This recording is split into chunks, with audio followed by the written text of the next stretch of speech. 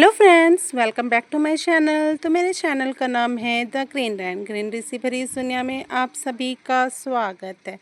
तो मेरा जो आज का टॉपिक है वो है रूट बाउंड के ऊपर। क्या प्लांट्स में रूट बाउंड होने से उसमें क्या क्या लक्षण पाए जाते हैं, जिससे कि हम पहचान लेंगे कि प्लांट्स में या तो रूट बाउंड हो गई है या उसकी मिट्टी अच्छी नहीं है और उसकी जड़ों तक अच्छे से ऑक्सीजन नहीं पहुंच पा रहे हैं। तो क्या संकेत देती है हमें प्लांट्स? बहुत सारा रीज़न होता है। प्लांट्स अगर ख़राब हो रहे हैं तो उसे ध्यान दें कि किस समस्या से वो ख़राब हो रहे हैं। तो मेरे दो प्लांट्स ऐसे हैं जिसमें रूट बॉन्डिंग हो चुकी थी, और एक की ये प्लांट्स जो है लगभग 12-13 साल पुराना है। इसकी मिट्टी मैंने बनाई थी, जो कि अभी भी आप देख सकते हैं काफ़ी भुरभुरी और अच्छी मिट्टी है।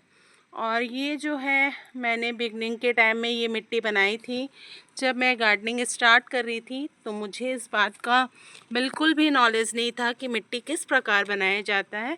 तो ये वीडियो जो है बिगनर्स के लिए है। आप बिगनर्स हो तो प्लीज़ इस वीडियो को फुल वॉच कीजिएगा।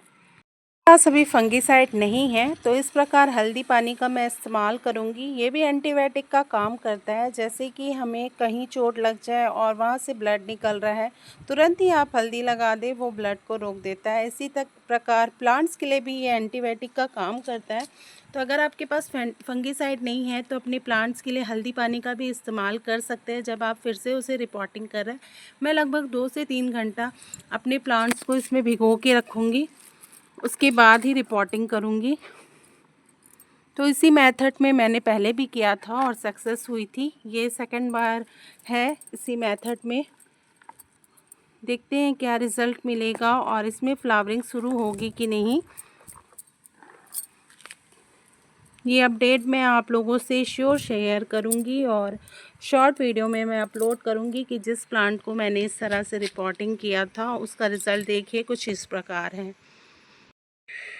तो ग्रो बैग को मैं ऐसे ही फिल कर देती हूँ। कचड़े, सभी किचन वेस्ट मटेरियल और बहुत सारी मिट्टी के लेयर डालते रहती हूँ ताकि बन जाए, पूरा का पूरा खाद बन के तैयार हो जाए।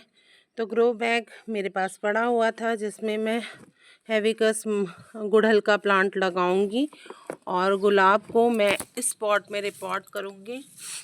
देखती हूँ क्या रिज़ल्ट मिलेगा। और मेरे इसमें बहुत सारे खाद है, इसलिए मुझे इतना खाद की ज़रूरत नहीं है, क्योंकि ऑलरेडी ये पूरा कंपोस्ट होके खाद बन चुका है।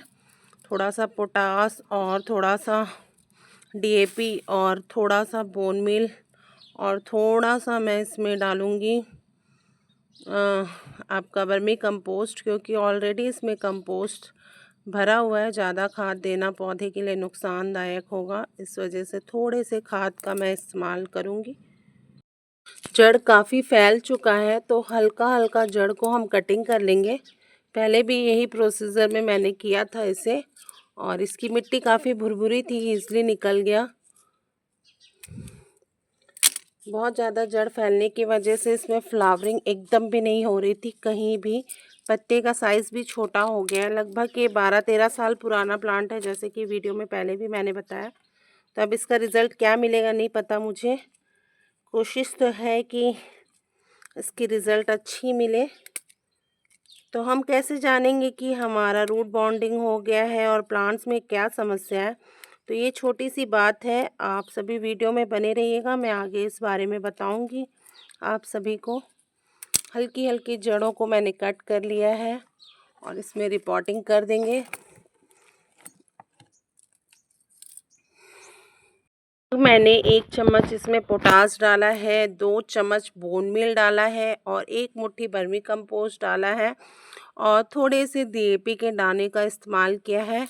लगभग कम ही दाने लेंगे, डीएपी से बहुत ज़्यादा नुकसान पहुंचेगा। अगर आप ज़्यादा यूज़ कर लेते हैं तो डीएपी के लगभग 7-8 दाने भी बहुत होते हैं एक प्लांट्स के लिए, और फ्लावरिंग अच्छी होगी उससे। जितना भी खाद मैंने इसमें इस्तेमाल किया है फ्लावरिंग होने के लिए किया है। अब देखते हैं क्या रिज़ल्ट मिलता है। इस तरह से मैंने इसे रिपोर्टिंग कर दिया है और सभी ब्रांचेस को कट कर दिया है, क्योंकि ब्रांचेस कट करना बहुत ही ज़रूरी होता है। न्यू ग्रोथ आएंगे और आपको पता चल जाएगा आपका प्लांट्स हेल्दी है कि नहीं। अब हम इसे लगभग 4-5 दिन के लिए रखना चाहिए सेमी सैडेड में, बट मैं इसे 1 सप्ताह सेमी सैडेड में रखूँगी क्योंकि ये प्लांट्स अभी डिस्टर्ब हो गया है। और आप देख सकते हैं इसकी ग्रोथ काफ़ी रुक चुकी थी, ये प्लांट्स में ना फ्लावरिंग हो रही थी। तो हम कैसे जानेंगे कि ये रूट बॉन्डिंग हो गया है? तो पहला पॉइंट ये है कि हम इनके लीव्स से जान सकते हैं। ये तो पहली बात, लीव्स इनके छोटे हो जाएंगे या फिर पीले होके झड़ने लगेंगे, ये दूसरी बात। और तीसरी बात है, फ्लावरिंग करना बंद कर देगा आपका प्लांट्स। तभी आप समझ सकते हैं कि आपके प्लांट्स में कौन सा प्रॉब्लम है। हमारी सभी गार्डनर्स की यही कोशिश रहती है कि अपने प्लांट्स को हम बचाएं। तो इस तरह प्लांट्स की समस्या की जानकारी आपको प्लांट्स देखकर ही पता चल जाती है। गुलाब के प्लांट्स में जो समस्या थी वो ये थी, पत्तियां इसमें जली जली थी और पूरा ही मिट्टी इसमें जकड़ा हुआ था, जो कि जड़ों तक ऑक्सीजन नहीं पहुंच पा रही थी। तो इस प्लांट्स को मैंने ये देखकर समझा कि इसकी पत्तियां जली जली आ रही हैं और बहुत ही कम ग्रोथ है। अच्छा, प्लांट्स मेरा ख़राब हो रहा था। इसमें ये समस्या थी कि मिट्टी एकदम से जकड़ा हुआ था, जो कि मुझे पहले नॉलेज नहीं थी। मैं बिगनर निंग में इसकी रिपोर्टिंग और जो प्लांट्स बेचने वाले आते हैं उनसे करवा दी थी। तो ये समस्या इसमें उत्पन्न हो रही थी, ना तो फ्लावरिंग ढंग से दे रहा था और पत्ते भी जले जले हो जा रहे थे।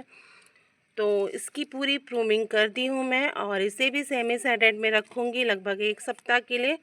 तो यही छोटी छोटी चीज़ें जो कि प्लांट्स हमें खुद ही बता देता है कि उसे कौन सी समस्या हो रही है, वो कहे नहीं सरवाइव कर पा रहा है। तो प्लांट्स को देख के समझना हमें इजी हो जाता है, हम समझ जाते हैं कि इस प्लांट को कौन सी प्रॉब्लम है। तो प्लांट्स लगाते वक्त हमें बहुत सारी बातों का ध्यान देना है। मिट्टी कैसी बनानी है, मिट्टी अगर अच्छी है तो आपके प्लांट सरवाइव कर लेंगे, और अगर जड़ रूट बॉन्डिंग हो जाता है तो भी फ्लावरिंग रुक जाती है, पत्ते पीले होके झड़ने लगती हैं। यहाँ पे मैंने 2 प्लांट्स और लिए हैं गुलाब के, जो कि मैं उनकी भी रिपोर्टिंग कर दे रही हूँ साथ साथ। तो सेम मेथड है, रिपोर्टिंग करते वक्त बस थोड़े थोड़े खाद की आवश्यकता होती है, क्योंकि पहले से ही नर्सरी वाले जो हैं खाद डाल के रखते हैं। अगर आप खाद नहीं भी डालेंगे तो भी चलेगा। और सब बोलते हैं कि अपने प्लांट्स को हम तभी लगाएं जबकि वो सरवाइव करना सीख जाए। मैंने परसों ही ये प्लांट्स को लिया है।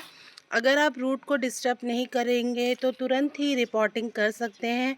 अगर आप नर्सरी से प्लांट्स लेकर आ रहे हैं तो रिपोर्टिंग कर सकते हैं। उसके लिए हमें 1 सप्ताह वेट करने की कोई आवश्यकता नहीं है। रिपोर्टिंग करने के बाद आप इसे सेमी सैडेड एरिया में रख दें जब तक इसमें न्यू ग्रोथ ना दिखे, और जब तक ये प्रॉपर ठीक ठाक ना हो जाए तब तक इसे सेमी सैडेड एरिया में रखें, क्योंकि ये पूरा ही डिस्टर्ब हो चुका है और इसे फिर से ठीक होने में थोड़ा समय लग जाएगा। तो इस बात का ध्यान दें कि अगर रिपोर्टिंग करने के बाद अगर आप धूप में रख देते हो तो ये सर्वाइव नहीं कर पाएगा। इसलिए प्लीज़ इसे सेमी सैडेड एरिया में रखें, क्योंकि ये न्यू प्लांट फिर से बनने के लिए तैयार किया है हमने। और ये प्लांट्स हालांकि पुराना है लेकिन फिर से इसमें नए ग्रोथ आएंगे। तो जैसे कि बच्चे नाजुक होते हैं, इस तरह से हमारे प्लांट्स भी नाजुक होते हैं। बच्चों से भी ज़्यादा इन्हें ख्याल रखना पड़ता है हमें। रोज़ कुछ ना कुछ हर गार्डनर्स को अपने गार्डनिंग में वर्क करना पड़ता है, तभी हमारे प्लांट्स जो है खिलते हैं, फलते हैं, फूलते हैं। तो इन बातों का ध्यान रखते हुए अगर आप गार्डनिंग करते हो तो श्योर सक्सेस होंगे। और रूट बाउंडिंग होने से पौधों में पोषक तत्व नहीं पहुंच पाता है और एक दूसरे से जड़ें जकड़ लेती है। तो ये बहुत ही ज़्यादा परेशानी की बात नहीं है आपके प्लांट्स के लिए, क्योंकि गमले का साइज़ अगर छोटा हो जाता है और रूट्स को फैलने की जगह नहीं मिलती है तो वो एक दूसरे से जकड़ जाते हैं। तो इस समस्या को अगर आप समय रहते ठीक कर दोगे तो ये बहुत बड़ी समस्या नहीं है। उसके बाद फिर से आपका प्लांट्स ठीक हो जाएगा और फिर से फ्लावरिंग करेगा। और प्लांट्स ही हमें बता देते हैं कि उन्हें कौन सी समस्या है। तो ये छोटी सी जानकारी थी, आप सभी से शेयर करना था और बिगनर्स के लिए काफ़ी हेल्पफुल रहेगा मेरा वीडियो। छोटी छोटी बातों को लेकर मैं आप सभी के सामने ऐसे ही आते रहूँगी और न्यू वीडियोस बनाऊँगी। छोटी सी केयरिंग के साथ आपका प्लांट्स बहुत ही अच्छा सर्वाइव कर जाएगा। ज़्यादा मेहनत करने की हमें आवश्यकता नहीं होती अगर समय रहते हुए हम अपने प्लांट्स के बारे में समझ जाए कि इसमें कौन सी प्रॉब्लम हो रही है। तो ओके फ्रेंड्स, मिलते हैं नेक्स्ट वीडियो में। अगर आप मेरे चैनल पे नए हो तो प्लीज़ ज्वाइन कीजिएगा मेरे चैनल को, लाइक शेयर सब्सक्राइब करना ना भूलिएगा। Thanks for watching.